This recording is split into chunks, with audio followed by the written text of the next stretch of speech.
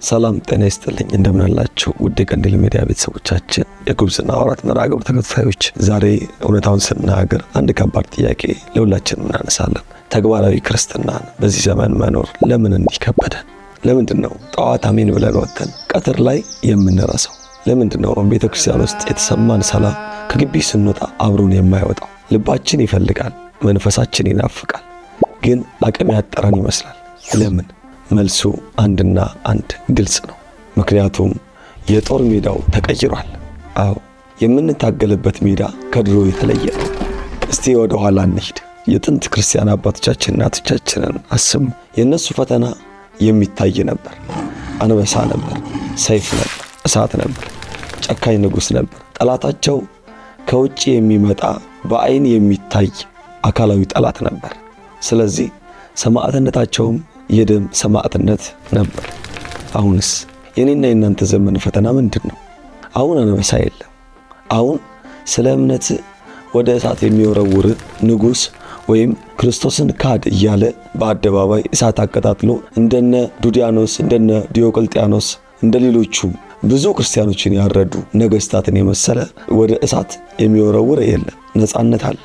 ግን ይህ ነፃነት ሌላ ረቀቅ ያለ ጦርነት ይዞ መጥቷል። የዘመኑ ሰማዕትነት ከአንበሳ ጋር የሚደረግ ትግል ሳይሆን ከሐሳብ ጋር የሚደረግ ትግል ነው። የጦር ሜዳው የሮም ከተማ አይደለም። የጦር ሜዳው በራሳችን አእምሮ ውስጥ ነው። የዘመኑ አረማዊ ንጉሥ የሰው አካል የሚቆራረጥ ዲዮቅልጥያኖስ አይደለም። የዘመኑ ንጉሥ የሰውን አእምሮ የሚቆራረጥ የሰውን ትኩረት የሚበትን ዲስትራክሽን ወይም ግርግር ይባላል። ወዳጄ ይህንን ልብ ብለህ ሰማኝ። ዛሬ ላይ ሰይጣን ሰውን ከእግዚአብሔር ለመነጠል የግድ ታላቅ ኃጢአት እንዲሰራ ማድረግ አይጠበቅበትም። እጁን በደም አካሉን በዝሙት ማርከስ ብቻ አይደለም ስልቱ። የዚህ ዘመን የሰይጣን ስልት በጣም ረቀቅ ያለ ነው። አንተን ሲኦል ለማውረድ ክፉ ሰው ማድረግ አይጠበቅበትም። ብቻ ቢዚ ማድረግ በቂው ነው። በስራ ተጠምደ፣ በመረጃ ተውጠ፣ በወሬ ተከበ፣ በቴክኖሎጂ ተወጠረ ፈጣሪን እንድትረሳ ማድረግ ከተቻለ ለእርሱ በቂው ነው። አንድ ጸሐፊ አንድ ድንቅ ንግግር አለው። ሰይጣን ጫጫታን ይወዳል፣ ምክንያቱም ጫጫታ ባለበት የእግዚአብሔር ድምፅ አይሰማም። እስቲ ራስህን ተመልከት። እስቲ ሕይወታችንን እንፈትሽ። ስልካችን ይጮሃል፣ ቴሌቪዥኑ ይጮሃል፣ መንገዱ ይጮሃል፣ ጓደኛ ያወራል፣ የውስጥ ሐሳብ ይጮሃል። በእነዚህ ሁሉ ግርግር ውስጥ እንዴት ነው የቅዱስ ገብርኤልን ብስራት የምንሰማው? እንዴት ነው ሕሊናችንን የምናዳምጠው? አያችሁ፣ የዘመኑ ጦርነት የአቴንሽን ወይም የትኩረት ጦርነት ነው። ማንነትን የሚሰርቀው ሰይፍ አይደለም። ማንነትን የሚሰርቀው የሶሻል ሚዲያ ስክሪን ነው። ወጣትነት የኃይል ዘመን ነው። የጉብዝና ዘመን ነው። ተራራ የሚያህል ጉልበት አለን፣ ግን አይምሮአችን በሌላ ነገር ከተጠለፈ ይህ ጉልበት ይባክናል። ሞተሩ እየሰራ ነው፣ ግን መኪናው አይሄድም። አንዴ ኒውትራል እንደሆነ መኪና ጩኸት አለ፣ ጉልበት አለ፣ ግን እንቅስቃሴ የለም። ብዙዎቻችን እንደዚህ ሆነናል። መንፈሳዊ ሕይወታችን ቆሟል፣ ምክንያቱም አይምሮአችን ተጠልፏል። ስለዚህ ዛሬ የምናየው ይህንን ነው። እንዴት እንመለስ? የአይምሮአችንን ሰላም የሚሰርቀውን ይህንን የዲጂታል ዓለም ጩኸት እንዴት ጸጥ እናሰኘው? በዚህ የግርግር ዓለም ውስጥ እንዴት ነው የረጋ ማንነት የሚኖረን? እንዴትስ ነው ከማዕበሉ በላይ ተራምደን የራሳችንን ማንነት የምንቆጣጠረው? ዛሬ በጉብዝና ወራት በክፍል 5 ይህንን ወሳኝ የህይወት ክህሎት ወይም ደግሞ ወሳኝ ውይይት ነጥብ በነጥብ እናያለን። ለቀጣይ ደቂቃዎች ስልካችሁን ጸጥ አድርጋችሁ ልባችሁን ከፍታችሁ ወደ ውስጥ ወደ ራሳችሁ እንድትመለከቱ በፍቅር እጋብዛለሁ። ወዳጆቼ ይህ ጉዳይ እንዲሁ በቀላሉ የምናየው የስነ ልቦና ጉዳይ ብቻ አይደለም። ይህ ጉዳይ የህልውና ጉዳይ ነው። የመኖርና ያለመኖር ጉዳይ ነው። አስተውላችሁ ከሆነ በቤተክርስቲያናችን በየቅዳሴው ሁልጊዜ ስንሰማ ዲያቆኑ በታላቅ ድምፅ በዜማ እንዲህ ይላል፣ ተንሥኡ ለጸሎት ይላል። ለምንድነው ተንሥኡ የሚለን? ወይም ደግሞ ተነሱ፣ ንቁ፣ ቁሙ የሚለን? ለምንድነው ተኙ ወይም አርፋችሁ ተቀመጡ የማይለን? ለምንድነው? ምክንያቱም ጠላት አይተኛም። ምክንያቱም የምንኖረው በጦርነት ቀጠና ውስጥ ነው። ተኝቶ የሚገኝ ወታደር ዕጣ ፈንታው ሞት ነው። በሐሳብ የተሰረቀ ክርስቲያን ዕጣ ፈንታው ውድቀት ነው። እስቲ ዛሬ ከዘመናዊው ዓለም ጩኸት ወጣ ብለን ወደ ቀደሙት አባቶቻችን መንደር እንሂድ። እነሱ ስለ አይምሮ፣ ስለ ትኩረት፣ ስለ ልቦና መጠበቅ ምን ይላሉ? የመጀመሪያው መምህራችን ታላቁ ሊቅ ቅዱስ ማር ይስሐቅ ወይም ደግሞ ቅዱስ ይስሐቅ ሶርያዊ እንዲህ ይላል፣ ከሁሉ አስቀድመ ዝምታን ውደድ። ለምን? ዝም ብሎ አፍን መዝጋት ስለሆነ አይደለም። ዝምታ ወደ እግዚአብሔር የሚያደርስ የብርሃን ሰረገላ ነውና። እስቲ ይህንን ቃል ልብ በሉት። ዛሬ ግን እኛና ዝምታ ተጣልተናል። እውነቱን እንነጋገር ከተባለ ዝምታን እንፈራዋለን። ለምንድን ነው የምንፈራው? ለምንድን ነው ብቻችንን ስንሆን ወዲያው ስልካችንን የምናበራው? ለምንድን ነው ቤቱ ጸጥ ሲል ቴሌቪዥን ወይም ሙዚቃ የምንከፍተው? ምክንያቱም ዝምታ ሲኖር ከራሳችን ጋር እንገናኛለን። ዝምታ ሲኖር የውስጥ ጩኸታችን ይሰማናል። ህሊናችን ያናገረናል። ባዶነታችን ይታየናል። ያንን ባዶነት ለመሸሽ ያንን የህሊና ክስ ለማድበስበስ ጩኸት እንፈልጋለን። ወዳጆቼ ዛሬ በኪሳችን ባለው ስልክ ምክንያት ዝምታ የሚባል ነገር ከምድር ላይ ጠፍቷል። እናስተውል። መታጠቢያ ቤት ስንገባ ስልክ አለ።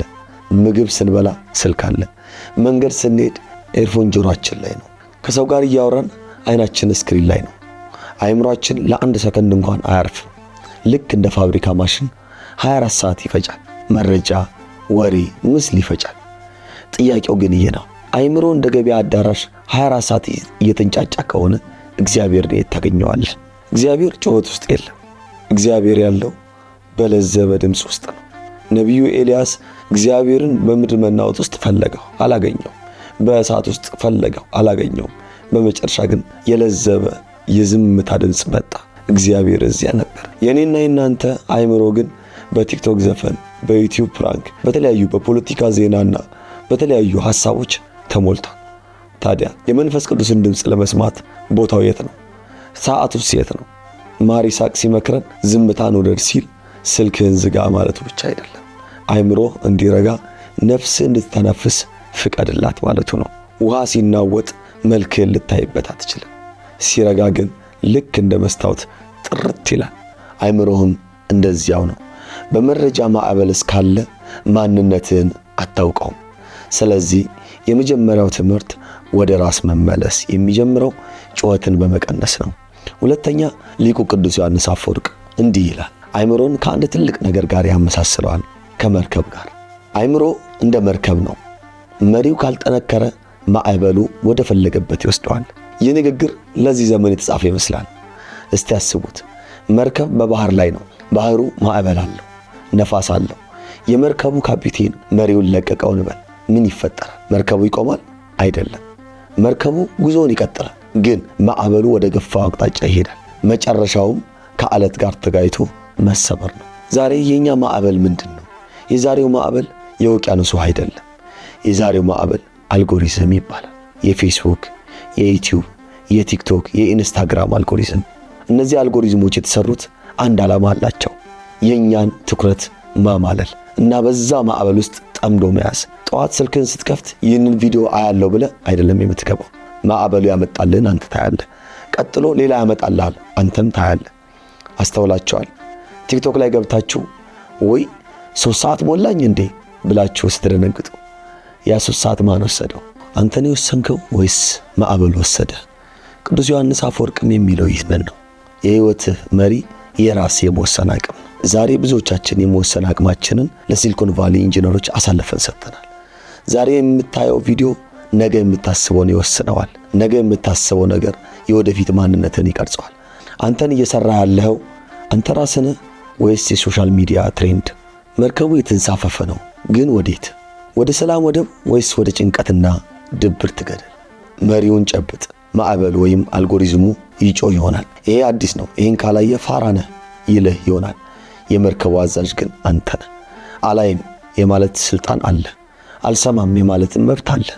መሪውን የለቀቀ መርከብ ዕቃ እንጂ መርከብ አይባልም። አይምሮህንም መምራት ካቆምክ የመረጃዎች ማጠራቀሚያ ገንዳ ነው የምትሆነው። ጠቢቡ ሰለሞን እንደዚህ ይላል በመጽሐፈ ምሳሌ ምዕራፍ 4 ላይ እንዲህ የሚል ትእዛዝ ለኛ ያስተላልፍልናል። ልጄ ሆይ አጥብቀ ልብህን ጠብቅ፣ የሕይወት መውጫ ከርሱ ነውና ይላል። ልብን በርስቲውላችንን ገንዘብህን ጠብቅ አላለም፣ ወርቅህን ጠብቅ አላለም፣ ክብርህንም ጠብቅ አላለም፣ ልብህን ጠብቅ አለ። ለምን? ምክንያቱም የሕይወት መውጫ እሱ ስለሆነ። በጥንት ዘመን ከተሞች ግንብ ነበራቸው። ግንቡ ደግሞ በር አለው። የከተማው ዘብ በሩ ላይ ይቆማል። ወዳጅ ሲመጣ ይከፍታል፣ ጠላት ሲመጣ ይዘጋል።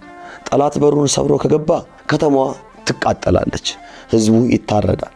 የኔና የናንተ ከተማ አእምሯችን ነው። የዚህ ከተማ በሮች ደግሞ ሁለት ናቸው፣ አይናችንና ጆሮአችን ናቸው።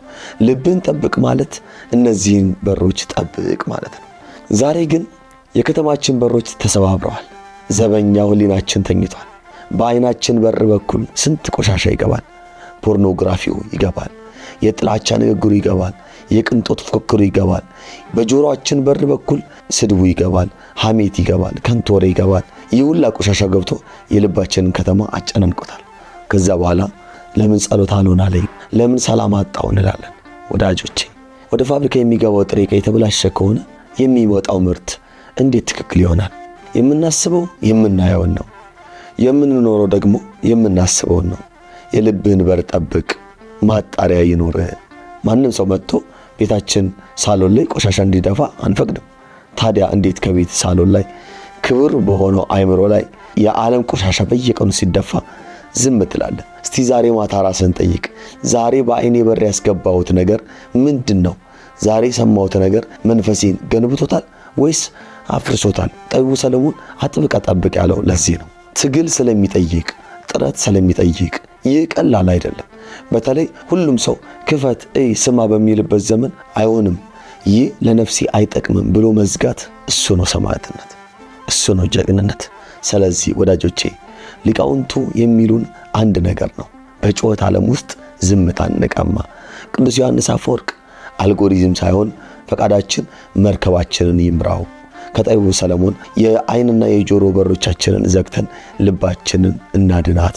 ይህን ካደረግን በግርግር ዓለም ውስጥ ማንነታችን አስከብረን እንወጣለን።